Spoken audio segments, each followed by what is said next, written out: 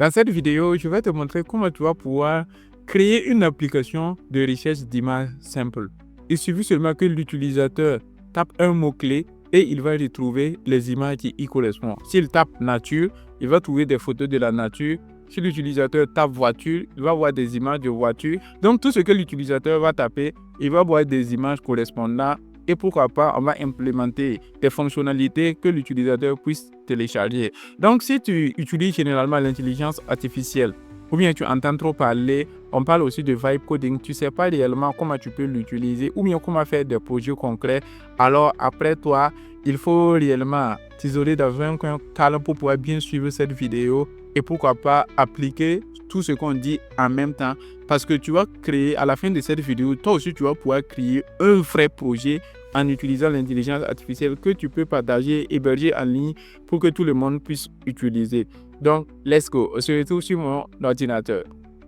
Là, je suis sur mon ordinateur. J'ai préparé un document pour que ça soit fluide et pour que tu vois toutes les étapes nécessaires pour pouvoir faire cette application avec l'intelligence artificielle.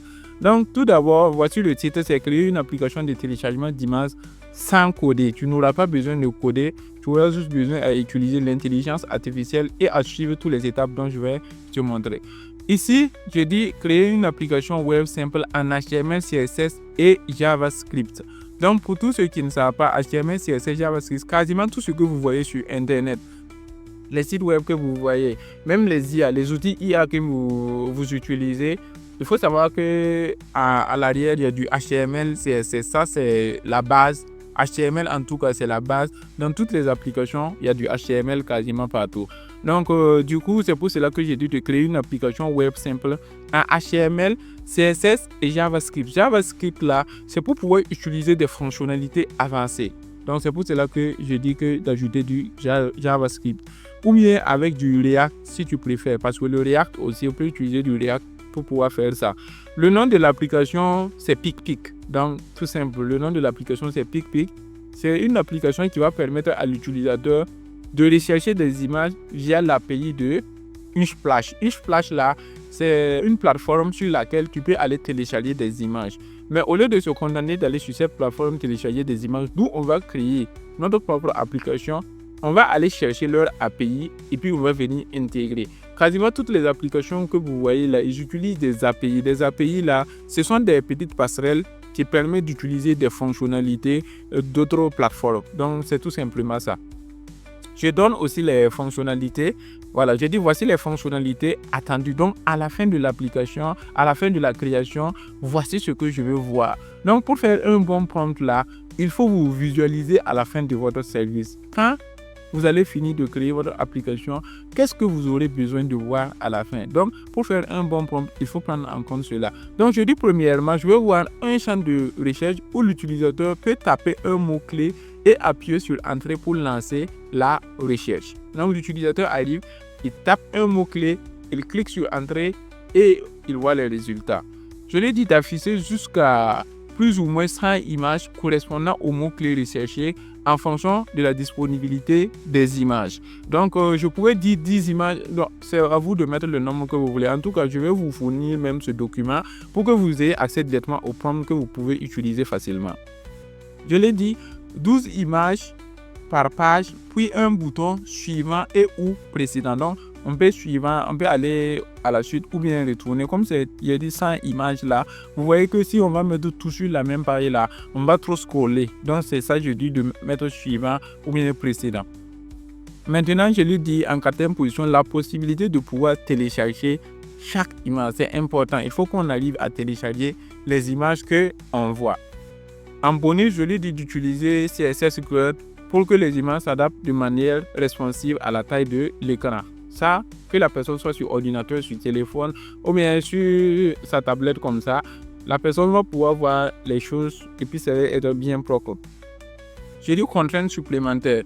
Je vais utiliser l'API publique de recherche d'images d'Unsplash. Je vais, si possible, inclure une gestion des erreurs. Genre, s'il recherche quelque chose et puis il n'y a pas de résultat, ou bien si la personne n'a pas de connexion, on va lui dire tout simplement problème de réseau. Je vais lui dire de faire un style propre et minimaliste. Donc, ça, c'est le prompt. Je lui dis enfin de me fournir le code complet de cette application, y compris l'appel à l'API, le rendu des images et le style responsive. Donc, ça, c'est le prompt d'abord. Maintenant, après le prompt, on a ce qu'on appelle la procédure. Quelle procédure on va utiliser? Tout d'abord, il y a l'outil IA qu'on va utiliser, c'est DeepSight. J'en ai déjà parlé. Je vais mettre un lien ici ou bien quelque part là en haut. Pour ceux qui sont intéressés, vous allez aller cliquer et puis vous allez suivre la vidéo dont je parle en détail de cet outil-là, de cet outil-là. En tout cas, il est très bon. En deuxième position, je vais accéder à un lien pour pouvoir créer un compte et je vais intégrer l'API. Bon, on va commencer d'abord par l'étape number 1. Donc, je vais accéder à ce lien-là. Donc, je clique dessus et puis je vais ouvrir DeepSight. Quand on est sur DeepSight, on a une partie Ask DeepSight Anything. Donc, demande à DeepSight tout ce que tu veux. Donc, dans cette partie qu'on va coller notre prompt. Donc, je vais retourner sur le document là et je vais copier tout simplement le prompt. À partir de créer, je vais descendre, voilà, jusqu'à là, je vais copier. CTRL-C, je copie, je reviens sur DeepSight et dans cette partie-là, je vais tout simplement faire clic droit et puis je vais faire coller. Voilà, je colle le prompt ici et puis je lance. On dit que AI is thinking, donc ça veut dire l'intelligence artificielle est en train de raisonner si vous voulez. Et quand il va finir de raisonner, il va commencer à coder. Là, on a dit Stop Generation, AI is coding. Donc, il a fini de réfléchir en quelque sorte. Et maintenant, il est en train de coder. C'est pour cela qu'en bas ici, vous voyez maintenant, c'est écrit AI is coding. En anglais, quand on termine quelque chose par ING, ça veut dire que c'est en train de faire. Voilà, on appelle généralement ça le present progressif ou bien en tout cas, vous savez vos règles d'anglais, vous avez ceux qui ont fait l'anglais, vous connaissez ces règles. En tout cas, quand il y a ING à la fin, ça veut dire que la chose est en train de faire en temps réel. Donc, AI is coding, ça veut dire que l'intelligence artificielle est en train de coder en temps réel comme ça. Donc, voici, il est en train de coder l'application ici. Le code se trouve dans cette partie. C'est pas pourquoi ils ont mis le wording comme ça et puis on voit pas directement le code. Normalement, on doit voir le code ici directement. On va attendre qu'il finisse de coder. Quand il va finir de coder maintenant, on va pouvoir l'utiliser. Donc, vous pouvez remarquer que le code est fini. Voilà, il a fini de coder. Et là, normalement, c'est dans cette partie qu'on doit pouvoir faire nos recherches là. Donc, par exemple, quand on tape nature, comme ce que j'avais dit au début, on peut cliquer sur rechercher ici. On dit erreur parce que 401, parce que l'API n'existe pas. Il faut qu'on intègre l'API. Mais ici, on ne voit même pas le code. Normalement, on devait voir le code. Je vais rafraîchir pour voir pourquoi on ne voit pas le code. On peut copier le code ici. Bon, on peut copier le code et puis aller l'utiliser quelque part. Donc, en cliquant sur copier, on a maintenant accès au code. Comme on a accès au code là, ce que je vais faire, je vais retourner par exemple sur mon ordi. Je vais retourner sur mon ordi. Je vais aller par exemple sur un dossier comme ça. Il y a un dossier script qui est là. Dans ce dossier, je vais créer un nouveau fichier. Donc, je clique en haut ici. Pour ceux qui sont sur Windows 10, en haut, vous avez un nouveau élément qui est un nouvel élément. Vous pouvez créer un document texte. Ou bien vous venez seulement, vous faites clic droit. Et puis, vous faites en bas, on doit voir nouveau. Et puis, on va chercher nouveau document texte. Donc, on prend ça. On va l'appeler index. Voilà, appelez-le index. On va faire entrer pour valider. On va l'ouvrir. Et on va juste coller notre code. Il faut savoir que même si on ne voyait pas le code, voilà, parfois les outils IA ça bug, donc on ne voyait pas le code, mais quand je suis venu ici, je vois qu'il y a le code. Quand j'ai copié seulement, il y a le code qui vient. Donc, quand on fait ça, on va regarder maintenant. Là, maintenant, c'est une question de lecture, mais quand vous suivez cette vidéo-là, vous allez voir en même temps que c'est pas compliqué. On va voir une partie là où c'est écrit seulement une plage API. Donc, c'est l'API qu'on veut quoi. La partie là où on doit mettre l'API, on cherche ça. Voilà, c'est cette partie-là. Donc, vous voyez la partie script. Quand vous voyez script ici, c'est le JavaScript maintenant. Et c'est dans cette partie, vous voyez que c'est écrit your image access key. Donc, Et puis, il y a des commentaires ici. On a mis un commentaire là. On dit remplacer par votre clé API Implash. Dans cette partie, il y aura Implash Access Key là. On doit remplacer par notre clé API. Donc, on va faire pour remplacer par notre clé API. On va tout simplement retourner sur le document. Vous allez aller sur le document et la deuxième partie, on vous dit d'accéder au lien suivant pour créer un compte développeur sur Implash. Donc, c'est ça que vous allez faire pour pouvoir avoir accès à l'API. Donc, je clique dessus et j'ouvre Implash. Ça ouvre cette partie directement. Et ici, on dit Register as a développeur. Donc, s'inscrire en tant que développeur. Donc, je clique dessus. Voilà. Et là, vous devez mettre vos informations. Par exemple, ici, je peux mettre, par exemple, les frères. Et dans cette partie, je vais mettre, par exemple, Bilgo. Email. Je peux mettre un mail ici, tout simplement, pour pouvoir faire. Et je pense que j'ai un mail qui est connecté là. Donc, vous allez mettre votre mail. Vous mettez votre mail dans cette partie. Je prends mon mail. Je reviens, je mets mon mail ici directement. Nom d'utilisateur L2FB, les deux frères Bilgo tout simplement. Et là, je vais mettre un mot de passe. Donc, je mets un mot de passe. OK.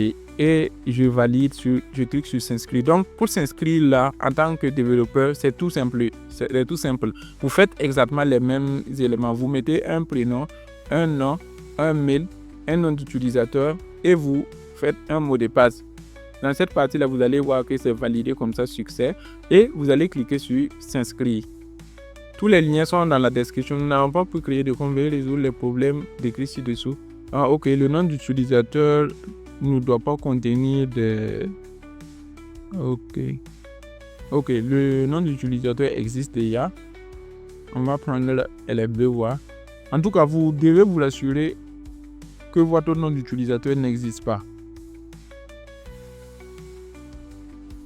Si quelqu'un a déjà pris votre nom d'utilisateur, il faut tout simplement changer. Donc, j'ai changé en LFB 226 et je vais cliquer sur s'inscrire. Voilà, c'est bon, c'est passé.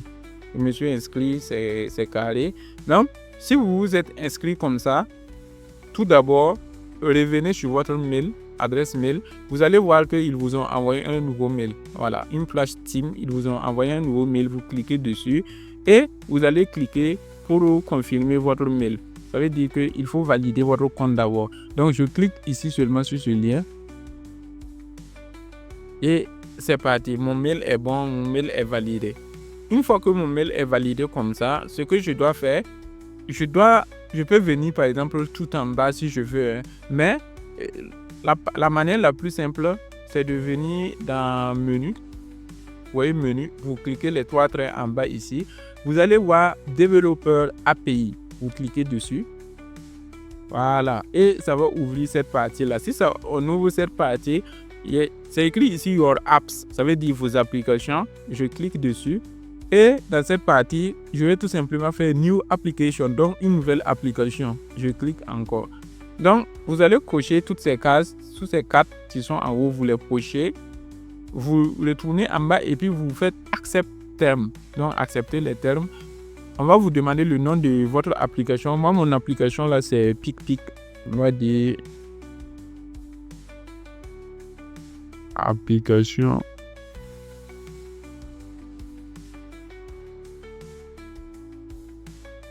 de téléchargement d'images. Vous faites quelque chose de simple. Et puis, je clique sur Create Application. Donc, mon application a été créée. Vous voyez ici, application, on a PicPic. Je suis en mode démo, mais ça marche. Il n'y a pas de problème. On peut laisser ça comme ça d'abord. Donc, quand je viens en bas, vous allez voir que c'est écrit ici Key. On a Application ID, on a Access Key, on a Secret Key. Celui que je veux, c'est le Access Key. Donc, pour pouvoir accéder à mon compte développeur. Donc, je copie ça ici seulement. Copy to clipboard. Donc, ça veut dire copier dans la presse papier. Je clique. Je copie ça. Une fois que j'ai copié, je vais retourner sur mon document que j'avais fait index.txt là. Et puis, je vais coller Je vais remplacer par your in-flash access key. Je fais CTRL-V tout simplement. Quand je fais CTRL-V, je viens de remplacer cette partie-là. Si j'ai remplacé ça, je fais CTRL-S. Voilà, pour sauvegarder. CTRL-S, c'est pour enregistrer. Et je peux même fermer ça. Si je ferme, je peux retourner sur le document. Voici ça qui est là. Si je l'ouvre encore là, et puis que je cherche la partie script là. Attendez, on va chercher la partie script. Et voilà, voici script qui est là. On a ici access key. Voilà, vous voyez que c'est ma clé d'accès qui a été mise ici. Voilà, donc c'est bien. Maintenant, vous allez cliquer sur renommer. Vous voyez en haut ici renommer. L'extension, vous allez changer l'extension. Au lieu de .txt, vous allez mettre .html. Voilà, vous allez mettre .html et puis vous allez faire rentrer. On va vous dire que est-ce que vous êtes sûr de vouloir modifier l'extension. Vous allez dire oui. Et maintenant, on peut ouvrir l'application. Si j'ouvre l'application, voilà, voici PicPic qui est là. Donc, PicPic qui est là, il suffit seulement que je mets ce que je veux. Par exemple, on avait parlé de nature. Donc, vous avez vu que quand je mettais nature, on dit erreur. Mais maintenant, normalement, comme j'ai mis la clé de l'API, je dois pouvoir faire les recherches. Je fais entrer. Et voilà. Vous voyez, non? Vous voyez, on a des images de la nature qui est là. Et je peux faire suivant. Pour voir d'autres, je peux faire suivant encore. Voilà. Et vous allez voir que 1, 2, 3, 4, 5. 5 fois 2, ça fait 10. Plus les 2 images, ça fait 12. Comme dans mon prompt, j'avais dit que je ne veux pas que ça dépasse 12 images. C'est pour cela que c'est comme ça. Si vous pouvez faire dire que vous voulez que ça dépasse 12 images, c'est à vous de voir. Et le plus cool là, c'est que c'est quoi? Par exemple, on va changer. Là, ici, je vais mettre par exemple Ferrari. Voilà. Vous voyez, on a des Ferrari qui sont là. Par exemple, Ferrari comme ça, on va chercher. Voilà, Ferrari qui est là. Vous voyez que c'est propre nom. Je peux tout simplement cliquer ici sur télécharger. Vous voyez, non? C'est téléchargé comme ça. Je peux télécharger ça. Je peux copier. Voilà, je peux enregistrer l'image sous. Et puis, je vais enregistrer l'image directement sur mon ordinateur pour pouvoir le voir et puis l'utiliser après. Donc, voici un peu comment cela fonctionne. Voici comment vous pouvez utiliser l'intelligence artificielle pour créer votre propre application. On peut aller encore plus loin parce que l'application comme ça, c'est moi seul je vois l'application. Mais on peut faire de telle sorte que tout le monde puisse voir l'application. Donc, on va faire cela. Pour y parvenir, tout simplement, je vais héberger mon application dans ce qu'on appelle GitHub. Je vais faire github.com. Voilà, il faut que vous créez un compte GitHub tout simplement. Moi, j'ai déjà un compte, j'ai créé un compte sur GitHub. Vous partez github.com, vous allez créer votre compte. Tous les liens seront dans la description, ne vous en faites pas. Voilà, voici mon profil L2FB, les deux frères Bilbo. Voilà, tout simplement. Donc, si vous êtes sur GitHub comme ça, vous voyez sur ce compte-là, il n'y a pas de projet d'abord. Ici, là, on dit Create your first projet, créez votre premier projet. Je vais cliquer sur Create Repository. Je clique ici. Et dans cette partie-là, je vais donner un nom à mon repository. Donc, je vais mettre seulement PicPic comme le nom de mon application. Voilà, on dit que c'est valide. PicPic est là. Une description, c'est pas obligatoire. Et ça est en public. Et c'est comme ça. Donc, vous laissez ça comme ça. Il suffit seulement de mettre un nom de repository ici seulement. Et puis, vous allez cliquer sur Create Repository. Donc, créer ici. Et ça a été créé. Si ça a été créé comme ça, on vous donne des trucs à taper avec ce qu'on appelle votre bash, votre CMD. Mais c'est trop informatique. Nous, on va utiliser les trucs qui sont plus simples là. Donc, pour le faire, on va cliquer sur Uploading an existing file. Donc, ça veut dire qu'on va charger un fichier existant. Donc, on va juste cliquer dessus. Et voici cette partie-là qui ouvre. Moi, je vais ouvrir mes fichiers. Je vais juste réduire. Je vais prendre mon index et puis je vais le déposer. Donc, c'est du glisser-déposer seulement. Le index.html que vous avez fait là, vous le glissez-déposer tout simplement ici. vous voyez qu'il est là maintenant. S'il est là, vous descendez et puis vous faites commit change. Vous faites commit change. Processing your file. Voilà, ça a été commit, c'est bon. Donc, si vous avez commit comme ça, votre site n'est pas encore disponible. Tout le monde ne peut pas pour l'instant voir votre application et pouvoir l'utiliser. Si vous voulez que tout le monde puisse le voir avec un lien propre que vous pouvez utiliser là, vous pouvez aller par exemple sur Settings, la partie des paramètres qui sont là, Settings. Vous allez aller sur Page, vous voyez Pages qui est là, Page, cliquez dessus. Et on a une partie ici, Build and Deployment Source. On a Deploy from a branch. Voilà, vous gardez ça comme ça, vous touchez à lien. Maintenant, la branche maintenant. Là, on va changer la branche. Ici, ça est sur None. None, là, c'est vide. Ça veut dire il n'a pas pris une branche. Mais nous, on va choisir. On va cliquer dérouler. Et puis, on va prendre main. Main, là, ça veut dire c'est la branche principale. Là, on a /root. On va garder ça comme ça, /root. Et on va cliquer sur Save, sauvegarder. Si vous ne faites pas cette manipulation, votre site ne sera pas visible par tout le monde. Donc, je vais cliquer sur Save. Quand j'ai cliqué sur Save comme ça, ils sont en train de déployer mon application. Voilà, donc maintenant, pour pouvoir voir votre application, parce que par exemple, si j'ouvre le lien de l'application lbf.github.com/picpic là, je vois rien. Il faut que vous patientez. Patientez quelques instants. Parfois, ça peut aller à 1 ou 3 minutes comme ça. Et ils vont vous donner un lien ici pour que vous puissiez avoir accès. Si vous patientez un peu, il faut rafraîchir sur la page. Voilà, vous patientez. Après, vous allez venir, vous allez rafraîchir la page. Vous allez voir le lien ici directement. Après quelques instants d'attente seulement, ça ne dépasse pas 1 ou 2 minutes. C'est comme ce que je vous ai dit là. Ici, vous avez vu qu'ils ont mis 1 minute ago. Donc, 1 minute plus tard, ça a pris 1 minute pour déployer mon site. Et voici le lien de mon site là. Si je clique dessus, ça ouvre directement le site qui est là. Ça veut dire c'est mon application, c'est ma plateforme que je peux utiliser. Par exemple, ici là, je peux chercher quelque chose d'autre. Qu'est-ce que je peux chercher? Je peux chercher par exemple IA, pourquoi pas, intelligence. Je fais entrer et je vois des images d'intelligence artificielle directement. Je peux faire suivant. Et je vais voir d'autres images. Je peux prendre comme ça, cliquer dessus et puis je peux télécharger les images tout simplement. Je peux les enregistrer sur enregistrer l'image sous et puis je l'enregistre. Voilà, vous voyez. Puis je clique que voir les images tout simplement. On va regarder les images avec photo. Et voilà, l'image existe sur mon ordinateur tout simplement et puis je peux regarder sans problème. Voici l'image qui est là. On peut télécharger d'autres images aussi si vous voulez. En tout cas, vous voyez la manière dont ça fonctionne, c'est assez simple. Voici le lien pour accéder à mon site. C'est l2fb.github.io/picpic. Donc, vous voyez, j'ai hébergé l'image.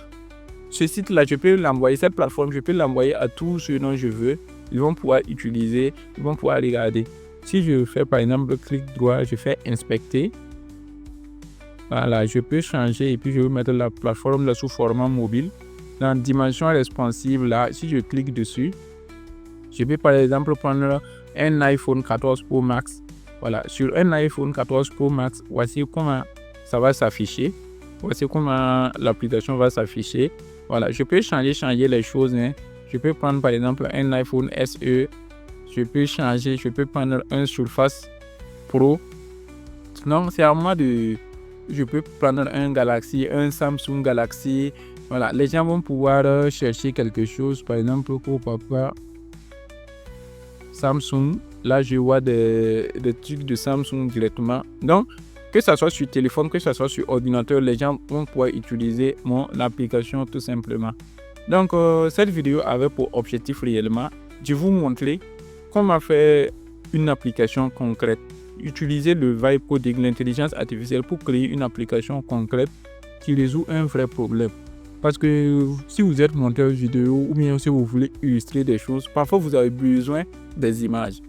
Au lieu d'aller sur des sites d'autres personnes, vous pouvez créer votre propre site de cette manière. Vous pouvez créer votre propre solution pour pouvoir avoir accès à vos images tout simplement. Donc, j'espère que cette vidéo vous a plu. Si c'est le cas, n'hésitez pas à liker, à commenter et à me dire ce que vous voulez qu'on fasse pour la suite. Si vous avez un projet quelconque, n'hésitez pas à nous faire signe. Et si vous êtes intéressé aussi par une formation plus poussée, regardez dans la description, le premier lien vous donne accès à une formation complète et vraiment de grande qualité. On se dit à bientôt pour un autre masterclass. Ciao, ciao.